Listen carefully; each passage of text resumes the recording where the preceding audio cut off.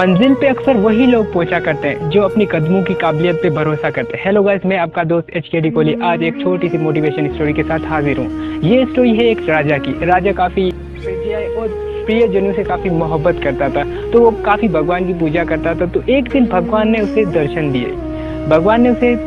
दिए। तो राजा काफ़ी प्रसन्न हुआ, काफ़ी खुश हुआ। भगवान ने खुश होकर उसको दर्शन दिए क्योंकि वो काफ़ी पूजा करता था, तो उस वजह से तो राजा ने भगवान से एक विनती की, एक बात बोली कि मैंने आपका दर्शन किया, उसका मैंने फल या लाभ हासिल किया, तो मैं चाहता हूँ कि मेरे गांव वाले हैं सारे के सारे आपके दर्शन करें। तो भगवान को ये बोला तो मैं चाहता हूँ कि मेरे गांव वाले सारे के सारे आपके जो दर्शन करेंगे। तो भगवान ने बोला कि चलो ठीक है। तो जो राजा था उसने काफ़ी जो गांव वाले थे वहाँ पे ढिंढोरा पिटवा दिया, पूरे गांव में बता दिया कि भगवान के दर्शन के लिए चलना है, तो वहाँ पे टाइम फिक्स करके उनको बता दिया। तो दोस्तों, जब पूरे गांव में ढिंढोरा पिटवा दिया तो दूसरे दिन सुबह निकलना है कि एक पहाड़ी पे जाना, वहाँ पे भगवान दर्शन दे रहे हैं। तो सारे गाँव वालों को बताया जाता है। जब सुबह होती है गाँव वाले सब निकलते हैं राजा के साथ। जब राजा के साथ निकलते हैं तो चलते चलते रास्ते में एक बहुत बड़ा पहाड़ आता है, तांबे का पहाड़ आता है। तो वहाँ पे काफ़ी लोग होते हैं, तो लोगों ने तो सोचा कि यार तांबे का पहाड़ है, तो काफ़ी लोग उसकी तरफ, उस तरफ जो तांबे के पहाड़ थे वहाँ से भगवान का दर्शन बाद में कर लेंगे, चलो तांबे का पहाड़ दोबारा हमें नहीं मिलेगा। तो कुछ लोग वहाँ पे उस साइड चले गए।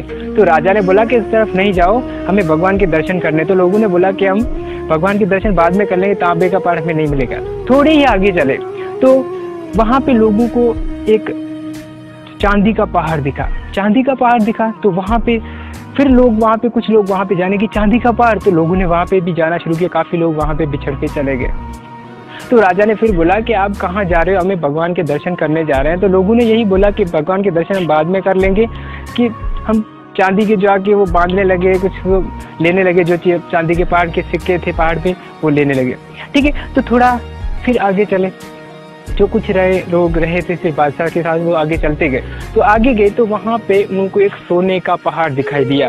तो जो काफ़ी लोग जो रहे हुए थे राजा के साथ वो जा रहे थे, वहाँ पे भी काफ़ी लोग, फिर लोगों को सोने का पहाड़ दिखा। लोग काफ़ी जो रहे हुए थे सारे के सारे लोग उस तरह। राजा ने उनको फिर बोला कि आप लोग कहाँ जा रहे हो? भगवान के दर्शन करने जा रहे हैं। तो लोगों ने बोला कि भगवान के दर्शन हम बाद में कर लेंगे, लेकिन सोने का पहाड़ हमें दोबारा नहीं मिलेगा। तो सारे के सारे लोग थे वो ऐसे बिछड़ते चले गए। आखिर में आगे राजा और राजा की पत्नी रहते हैं। ठीक है, जब राजा और वो भी थोड़े आगे चलते हैं तो वहाँ पे एक हीरू का पहाड़ नजर आता है, मोतियों का पहाड़ नजर आता है। तो राजा की जो पत्नी थी वो भी आस्ते आस्ते खिसक गई, वो भी चली गई हीरे लेने के लिए, वो भी हीरे लेने लगी।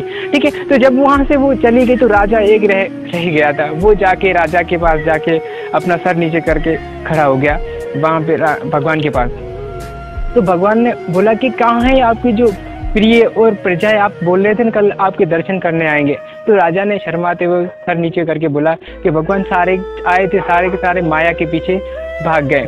तो यहाँ पे एक छोटी सी स्टोरी से हमें बहुत कुछ सीखने को मिलता है कि दोस्तों, जैसे कि हम कोई स्टडी कर रहे हैं या हमारा कोई एक मकसद फिक्स किया हुआ होता है, लेकिन जब हमें कोई ऑफर करता है कि आपको 20,000 या 30,000 वाली जॉब दे रहे हैं, तो हम अपनी स्टडी छोड़ देते हैं और इस साइड चले जाते हैं। तो दोस्तों बिल्कुल ऐसा नहीं करें। आप जिस मकसद के हवाले से जो आपने मकसद फिक्स किया है उसमें काम करते रहो।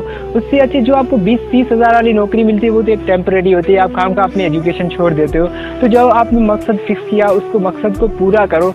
जो आप ये 20-30-40 वाला हज़ार वाली नौकरी है उससे आप चेंज ओवर करते 50-60 में चेंज कर सकते हैं।